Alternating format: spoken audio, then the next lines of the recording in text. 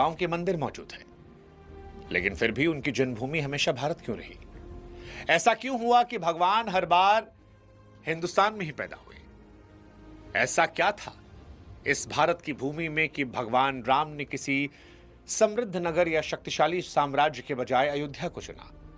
श्री कृष्ण का अवतार मथुरा की जेल में हुआ और हनुमान जी का जन्म किष्किंधा की धरती पर माना गया।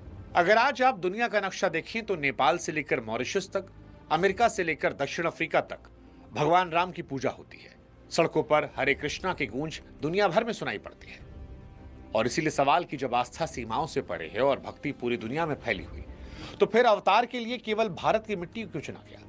क्या यह सिर्फ एक संयोग था या इसके पीछे कोई ऐसी गहरी वजह जिसे समझे बिना भारत को समझना अधूरा रह जाता है? इसी सवाल को समझने के लिए आज का भक्ति बुक का ये स्पेशल एपिसोड आपको देखना होगा।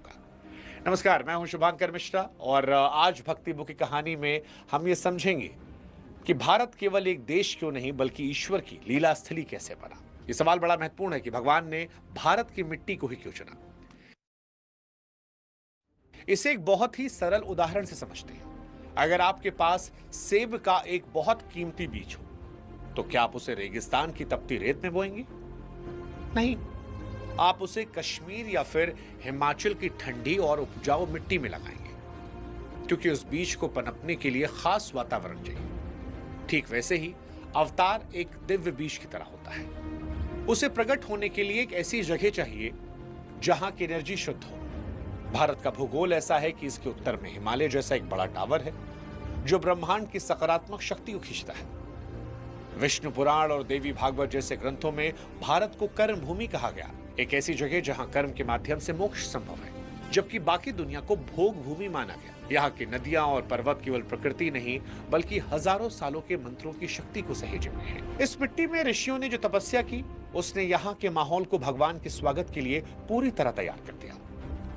अब सवाल यह आता है कि भगवान किसके बुलावे पर आए?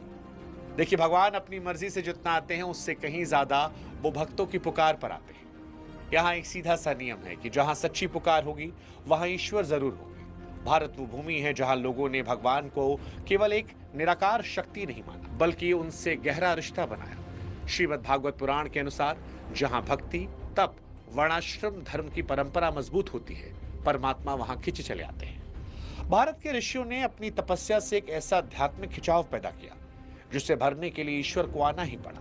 आप कह सकते हैं कि यहाँ के लोगों के प्यार ने ईश्वर को मजबूर कर दिया कि वो यहीं पर जन्म ले। अब एक सवाल कि क्या संस्कृत भगवान की भाषा थी?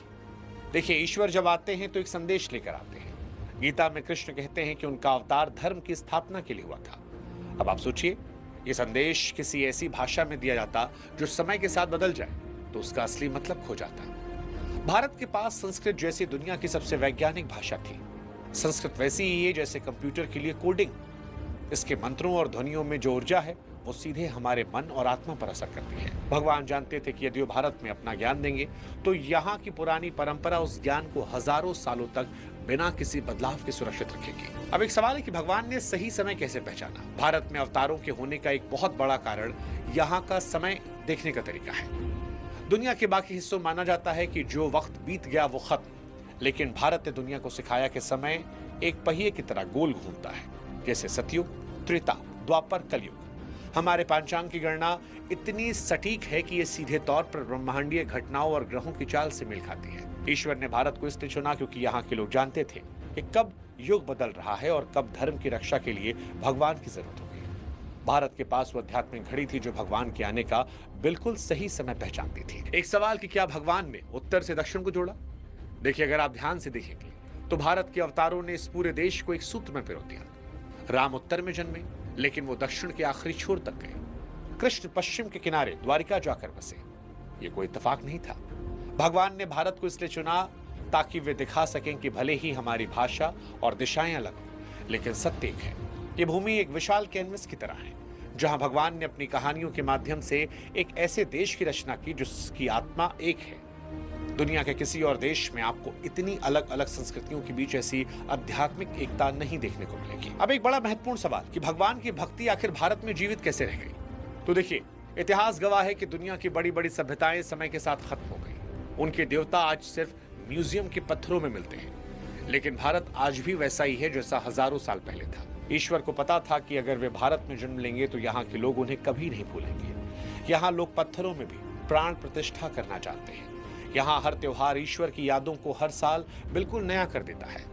भारत एक ऐसा घर है जहाँ ईश्वर का स्वागत सिर्फ एक बार नहीं होता, बल्कि उन्हें परिवार का सदस्य मानकर हमेशा के लिए दिल में रखा जाता है। कुछ सवाल आपके मन में उठ सकते हैं, जैसे सवाल, क्या ईश्वर केवल भारत के हैं? तो क्या वो पक्षपाती हैं? जवाब, ईश्वर पक्षपाती नहीं है, वो पूरी सृष्टि के हैं। सूर्य की रोशनी पूरी दुनिया पर पड़ती है, लेकिन सोलर पैनल वही बिजली बनाता है जहां उसे सही दिशा में लगाया गया हो।